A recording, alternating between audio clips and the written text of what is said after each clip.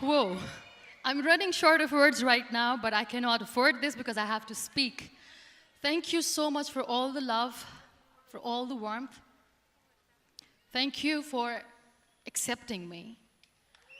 Thank you very much.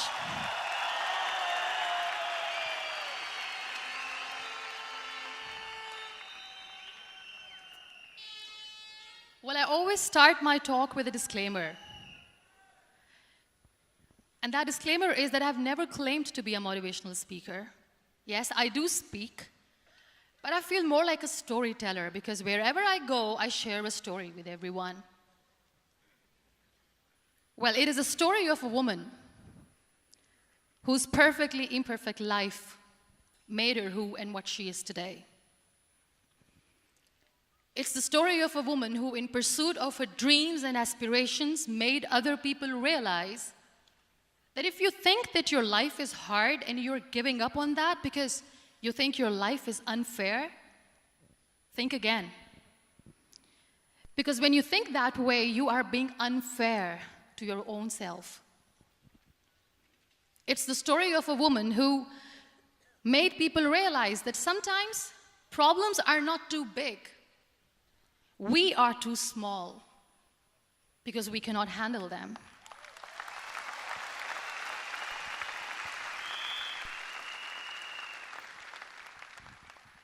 It is the story of a woman who with time realized that real happiness doesn't lie in success, money, fame. It lies within. Real happiness lies in gratitude. So I am here, and I'm going to share the story of that woman. That is my story.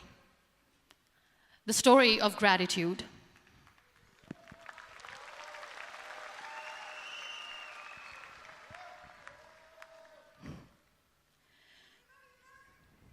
I love you too. I love you all. I believe in the power of words. Many people speak before they think. But I know the value of words. The words can make you, break you, they can heal your soul, they can damage you forever. So I always try to use the positive words in my life wherever I go. They call it adversity, I call it opportunity. They call it weakness, I call it strength. They call me disabled, I call myself differently abled. They see my disability. They see my disability, I see my ability. There are some incidents that happen in your life, and those incidents are so strong that they change your DNA. Those incidents or accidents are so strong that they break you physically. They deform your body, but they transform your soul.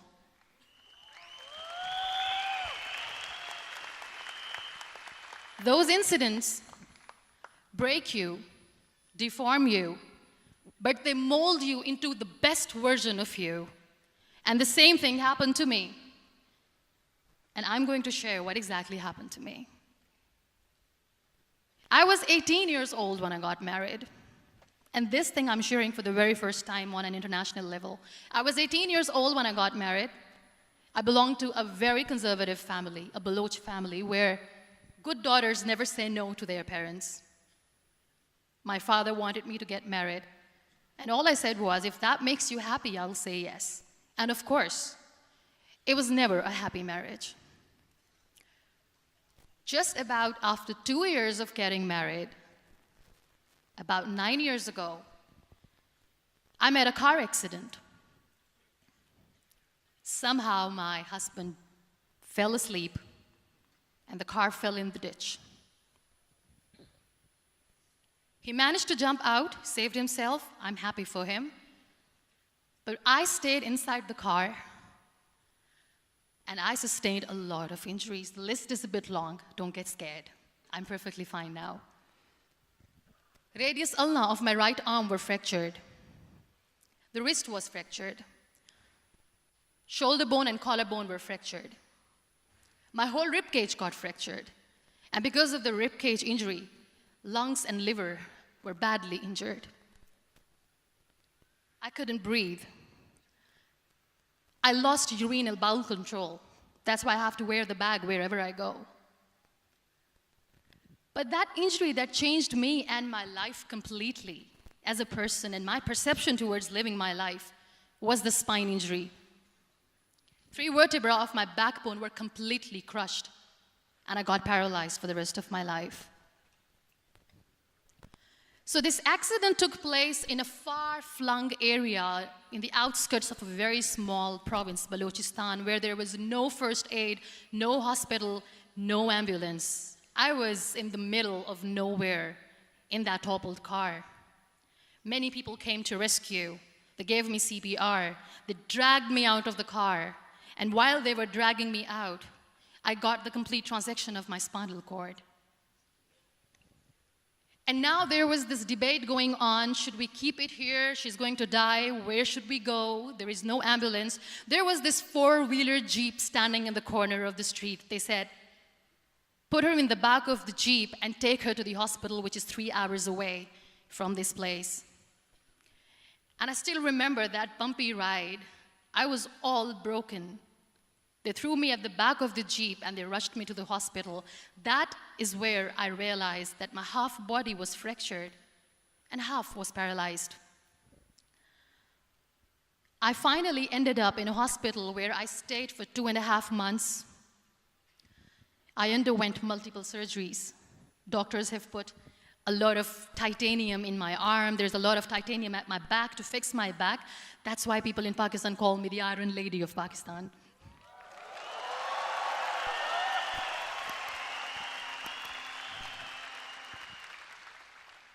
Sometimes I wonder how easy it is for me to describe all this all over again.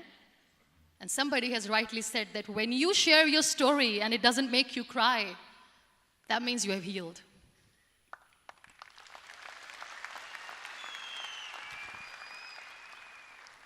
Those 2.5 months in the hospital were dreadful. I will not make up stories just to inspire you. I was at the verge of despair.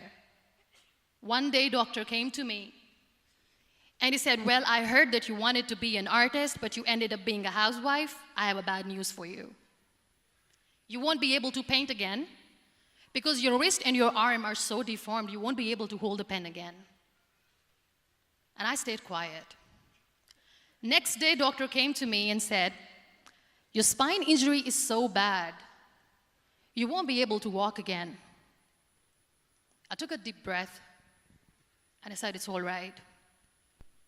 The very next day, doctor came to me and said, because of your spine injury and the fixation that you have in your back, you won't be able to give birth to a child again. That day, I was devastated.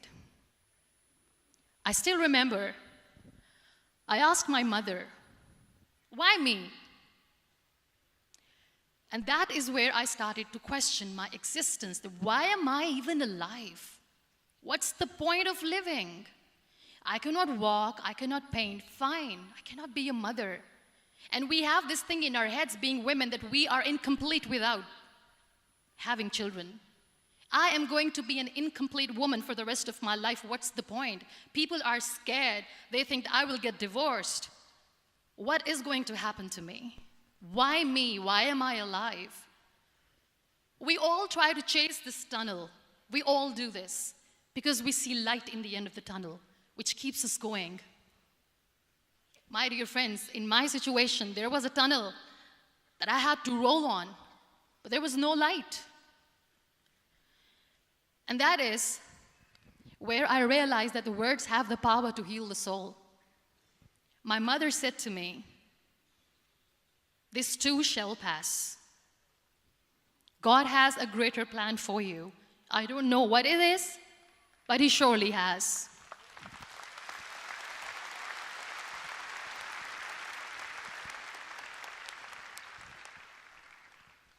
And in all that distress and grief, somehow or the other, those words were so magical that they kept me going. I was trying to put that smile on my face all the time, was hiding. It was so hard to hide the pain, which was there. But all I knew was that if I will give up, my mother and my brothers will give up too. I cannot see them crying with me. So what kept me going was, one day I asked my brothers, I know I have a deformed hand, but I'm tired of looking at these white walls in the hospital and wearing these white scrubs. I'm getting tired of this. I want to add more colors to my life. I want to do something. Bring me some colors. Bring me some small canvas. I want to paint. So the very first painting I made was on my deathbed, where I painted for the very first time. It was not just an art piece or just my passion. It was my therapy. What an amazing therapy it was. Without uttering a single word, I could paint my heart out. I could share my story. People used to come and say, what lovely painting, so much color. Nobody could see the grief in it. Only I could. So that's how I spent 2.5 months in my hospital, crying, never complaining or whining, but painting. And then I was discharged, and I went back home. And I went back home, and I realized that I have developed a lot of pressure ulcers on my back and on my hip bone. I was unable to sit.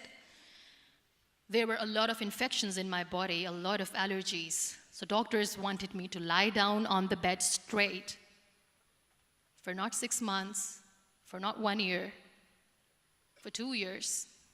I was bedridden, confined in that one room, looking outside the window, listening to the birds chirping, and thinking maybe there will be a time when we'll be going out with the family and enjoying the nature.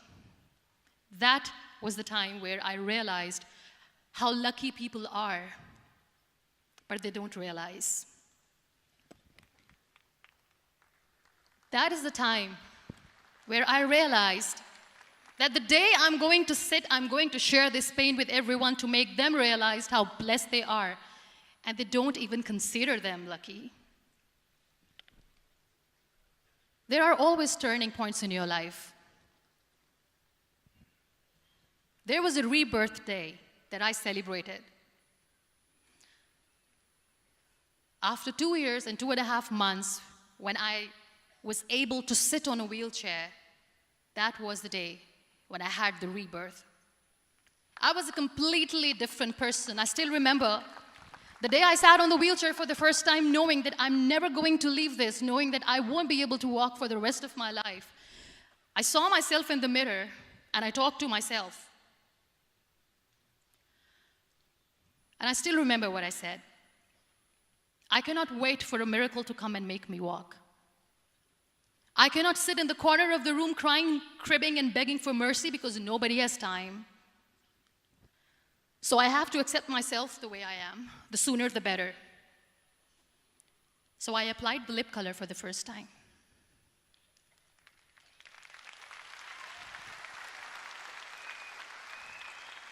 And I erased it. And I cried. And I said, what am I doing?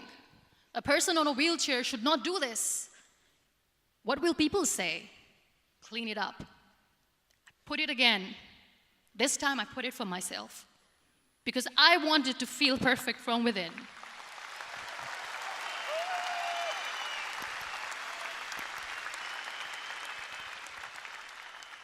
And that day I decided that I'm going to live life for myself. I am not going to be that perfect person for someone. I am just going to take this moment and I will make it perfect for myself. And you know how it all began? That day I decided that I'm going to fight my fears. We all have fears. Fear of unknown, fear of known, fear of losing people, fear of losing health, money.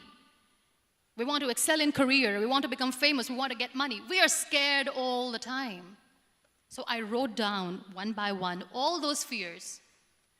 And I decided that I'm going to overcome these fears one at a time. You know what was my biggest fear? Divorce. I couldn't stand this word.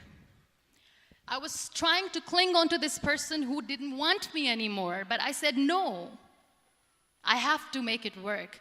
But the day I decided that this is nothing but my fear, I liberated myself by setting him free. And I made myself emotionally so strong that the day I got the news that he's getting married, I sent him a text that I'm so happy for you and I wish you all the best. And he knows that I pray for him today.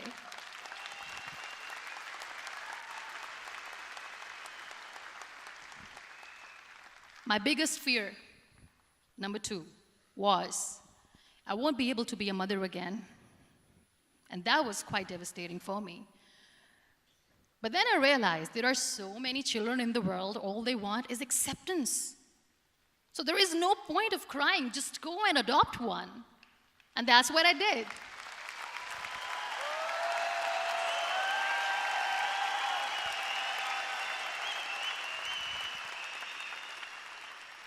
I gave my name in different organizations, different orphanages. I didn't mention that I'm on a wheelchair, dying to have a child. So I just told them that this is Munibamazari and she wants to adopt a boy or girl, whatsoever, but I want to adopt a kid. And I waited patiently. 2 years later, I got this call from a very small city in Pakistan. I got a call and they said, "Are you Munibamazari? There is a baby boy and would you like to adopt?" And when I say yes, I could literally feel the labor pain. I said, yes, yes, I am going to adopt him. I am coming to take him home.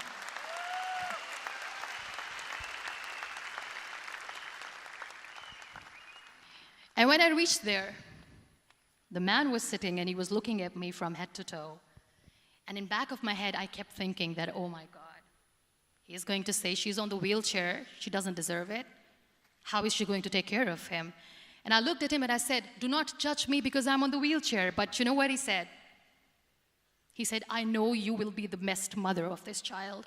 You both are lucky to have each other."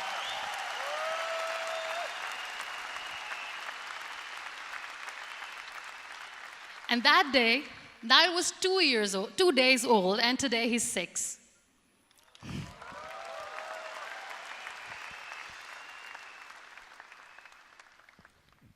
You'll be surprised to know another bigger fear that I had in me. It was facing people. I used to hide myself from people. When I was on bed for 2 years, I used to keep the door closed. I used to pretend that I'm not going to meet anyone, tell them that I'm sleeping. You know why? Because I couldn't stand that sympathy that they had for me. They used to treat me like a patient. When I used to smile, they used to look at me and say that, "You're smiling, are you okay?" I was tired of this question being asked, "Are you sick?" Well, a lady yesterday at the airport asked me, "Are you sick?" And I said, "Well, besides the spinal cord injury, I'm fine, I guess."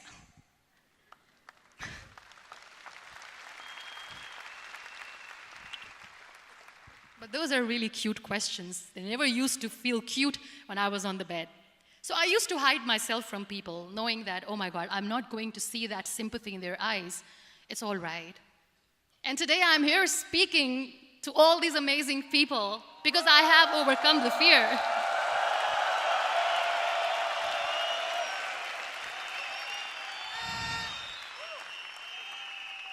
You know, when you end up being on the wheelchair, what's the most painful thing? That's another fear that people on the wheelchair or the people who are differently abled have in their hearts, but they never share. I'll share that with you. The lack of acceptance.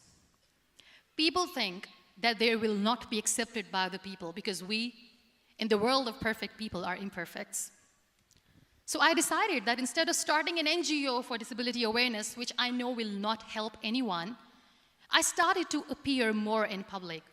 I started to paint. I always wanted to. I have done a lot of exhibitions. I'm Pakistan's first wheelchair-bound artist. I have done a lot of modeling campaigns, different campaigns for brands like Tony and Guy.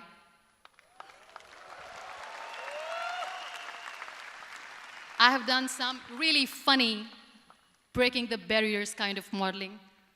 There was this one by the name Clown Town where I became a clown because I know that clowns have hearts too. And then I also decided that if I really want to make the difference, I am not going to let people use me for their polio campaigns where they will make you a victim and an emblem of misery and mercy and will say that, you know what, give polio drops to your children or they'll become like this girl. I decided that I'm going to join the national TV of Pakistan as an anchor person. And I've been doing a lot of shows for the last 3 years.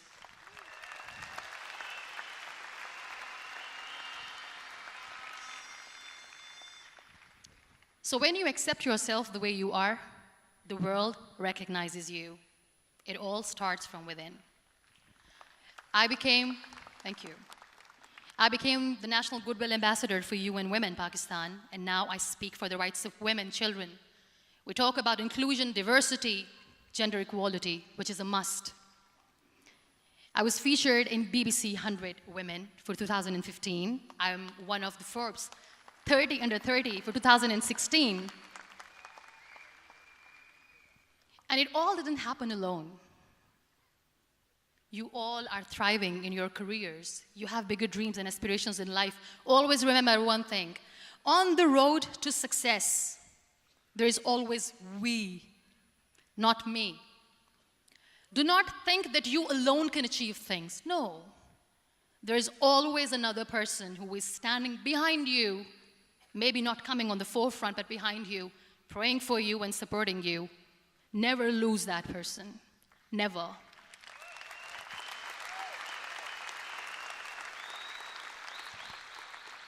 No matter how much I say that I couldn't find a hero, so I became one, I still want to recognize those 3 people in my life who literally changed my life completely, and I get inspiration from them every single day.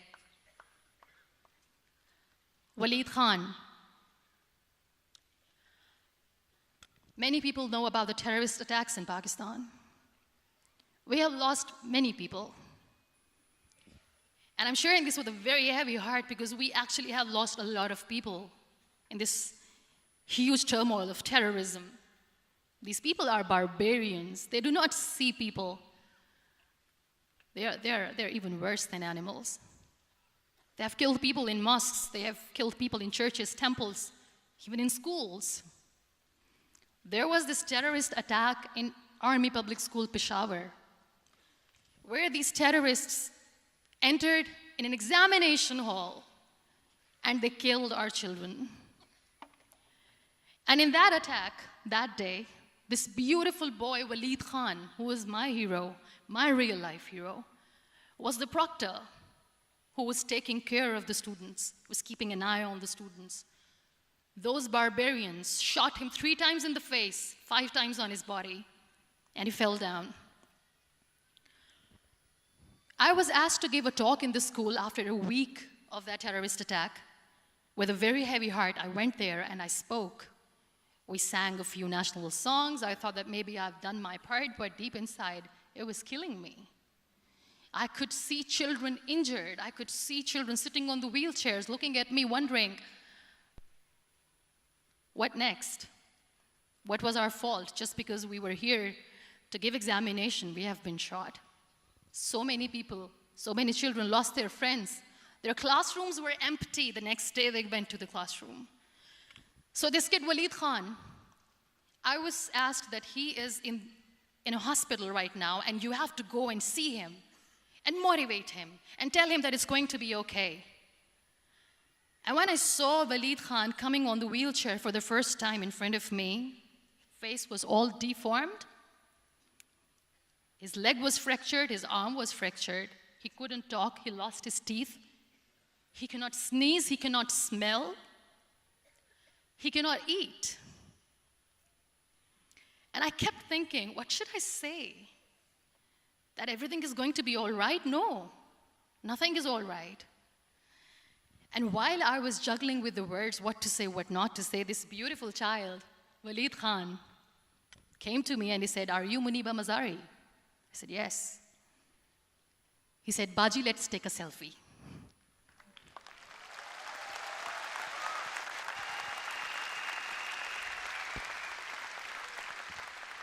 And with that beautiful, toothless smile of Waleed Khan, we took that beautiful selfie that I still have with me.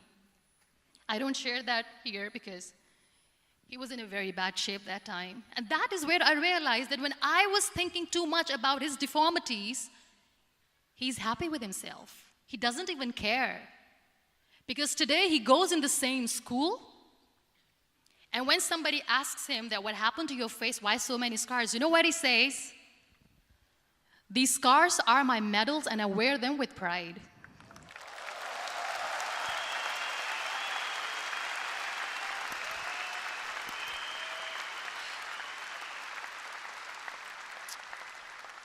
And how beautifully he says the terrorists wanted me not to study. I am going to study. I will become a doctor one day. And this is my way of taking revenge from those terrorists. Another real-life hero, of course, my son. His name is Nile, N-I-L-E, River Nile. I learned so much from this kid. The first and foremost thing is patience. How to be patient when you know that your mother cannot walk, when you know that your mother is different from the other women, when you know that your mother cannot go out and play with you, how to stay calm. He loves football. And when we got the very first football, he was 4 years old. He was super excited. I still remember he came in the room and he said, "Mom, let's play football." And he kept the ball in my feet. And he said, "Let's kick it."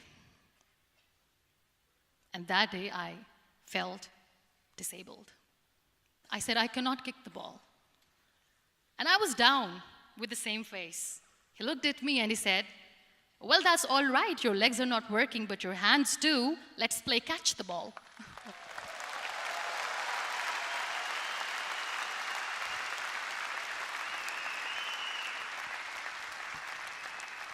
You know what? That day he made me realize that when you think your glass is half empty, come on, your glass is half full. It's all in here and here. Last but not least, the woman who made me realize that heroes have no gender. The woman who believed in me even when I was completely at the verge of despair, where everybody left, she was there. And every time I looked at her, without saying anything, she used to look at me and said, "This too shall pass. God has a bigger plan. And one day you will say that, oh my God, that is why God has chosen me." She never cried in front of me. She has always said that there will be haters, there will be naysayers, there will be disbelievers, and then there will be you proving them wrong. My mother.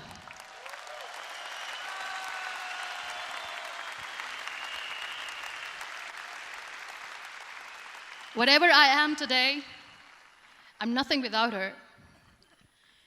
I'm nothing without her.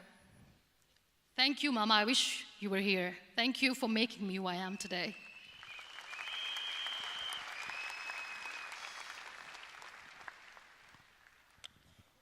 You know what? We human beings have a problem. Out of many problems, there is one more, and this is a self-created one. We always expect ease from life. We have this amazing fantasy about life. This is how things should work. This is my plan. It should go as per my plan. If that doesn't happen, we give up. So my dear friends, let me tell you one thing. I never wanted to be on the wheelchair. Never thought of being on the wheelchair.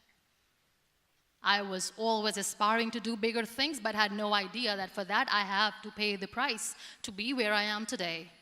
It's a very heavy price.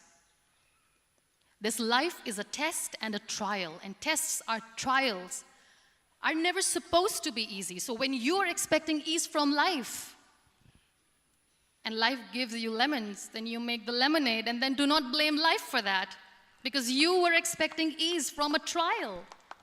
Trials make you a stronger, better person. Life is a trial, and with time you realize that.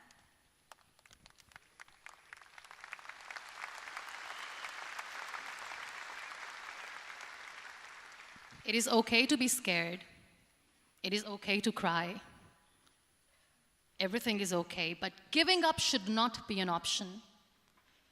They always say that failure is not an option. Failure should be an option, because when you fail, you get up, and then you fail, and then you get up, and that keeps you going.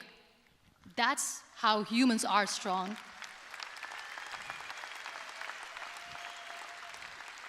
Failure is an option, should be an option, but giving up is not. Never. We have this thing in minds. We call it perfection. We want everything perfect. We want ourselves to be perfect. There is this image in our head about everything. Perfect life, perfect relationships, perfect career, perfect amount of money that we need to earn no matter what. Nothing is perfect in this world. We all are perfectly imperfect, and that is perfectly all right. That's all right. We were sent here not to become the perfect people. Those people who tell you how to look perfect, even those people are imperfect. Trying to fight this fear of looking imperfect. I used to be perfect. I still remember. I got this compliment years ago when I used to walk. Oh my God, look at you. You're fair, you're tall, you're perfect. Look at me now. You're still perfect. Only the perfect eyes can see that. Only the perfect eyes will see that. Only the perfect eyes will see that. So yes, in all those imperfections, you have to listen to your heart. You don't have to look good for people. You don't have to be perfect just because other people want you to be perfect. If your soul is perfect from within, that's all right. This is all what you want. This is all what you need to be. Our society has made very weird kind of norms to look perfect and great. For men, it's different. For women, it's different. We think too much about what people say. We listen to ourselves too little. You know what makes you perfect? When you make someone smile. You know what makes you perfect?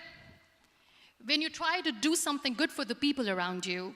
You know what makes you perfect? When you feel someone's pain. And how beautiful pain is that it connects you with people. No other medium can connect you with others but pain. That's why I always say that I'm in pain, and that's a blessing in disguise for me. Today, just because I'm in pain and I'm on the wheelchair, I work for children. Being the head of CSR for a company, we conduct medical camps in far-flung areas of Pakistan where so many kids die because they don't have medical facilities. And I personally believe just because they cannot afford to live doesn't mean we'll let them die. So we give them money, we give them medical treatment, we try to heal their wounds, physical and emotional. And I also work for the beautiful people, we call them third gender, the transgender community of Pakistan. You know what connects me with them? All my imperfections. When I go and I hug them, they never judge me. And this very good friend of mine, her name is Bijli. Bijli means electricity. She calls herself electricity. And I said, are you electricity? She says, no, I'm lightning. I'm as strong as lightning. Because we have very bad power outage, so she doesn't want me to call her electricity. So she says, I am very strong. I'm thunder, I'm lightning. She came to me, and the first time I hugged her, she said, you are just like me. And I said, yes, I am like you. Because to people, we are so imperfect. So how beautiful these imperfections are, that because of these imperfections, you can connect with people. Then why are we all running after being perfect? What's the point?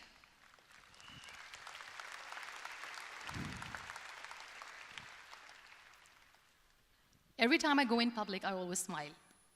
There's always a big toothy smile on my face, and people ask me, don't you get tired of smiling all the time? What's the secret? I always say one thing, that I have stopped worrying about the things that I have lost, the people that I have lost. Things and people who were meant to be with me are with me. And sometimes, somebody's absence makes you a better person. Cherish their absence. It's always a blessing in disguise. I always say that people are so lucky they don't even realize. You must be thinking, okay, you're lucky in what sense? Well, the breath that you just took was a blessing. Embrace it.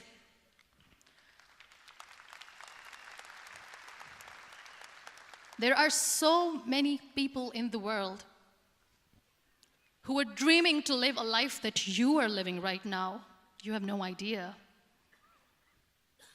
Embrace each and every breath that you are taking. Celebrate your life. Live it. Don't die before your death.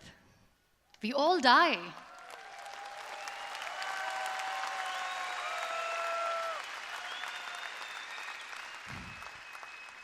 We live this one routine of a day for 75 years and we call it life.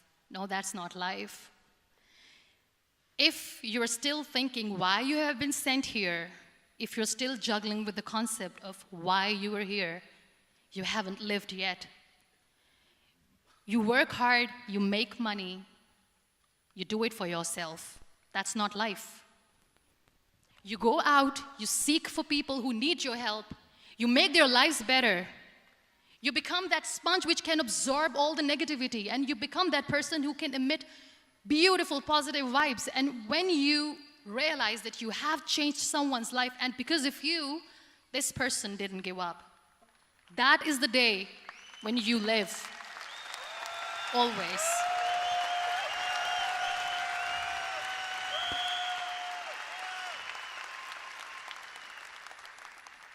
We were talking about gratitude, why I smile all the time. I cry all night when nobody sees me, because I'm a human and I have to keep the balance. And I smile all day because I know that if I will smile, I can make people smile. That keeps me going.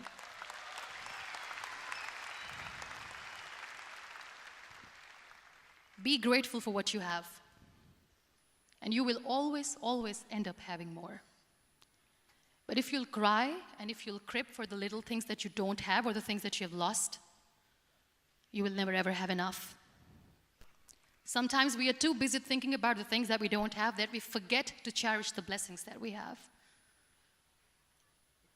I'm not saying that I'm not healthy and that makes me unlucky, but yes, it is hard. It is hard when I say that I cannot walk. It is hard to say when I wear this bag. It hurts. But I have to keep going, because never giving up is the way to live, always.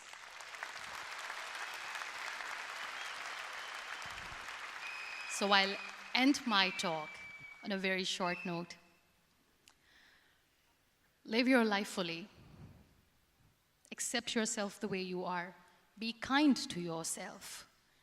Be kind to yourself. I'll repeat, be kind to yourself, and only then you can be kind to others. Love yourself and spread that love. Life will be hard. There will be turmoils, there will be trials, but that will only make you stronger. Never give up.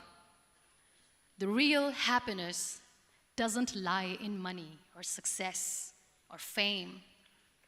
I have this all, I never wanted this.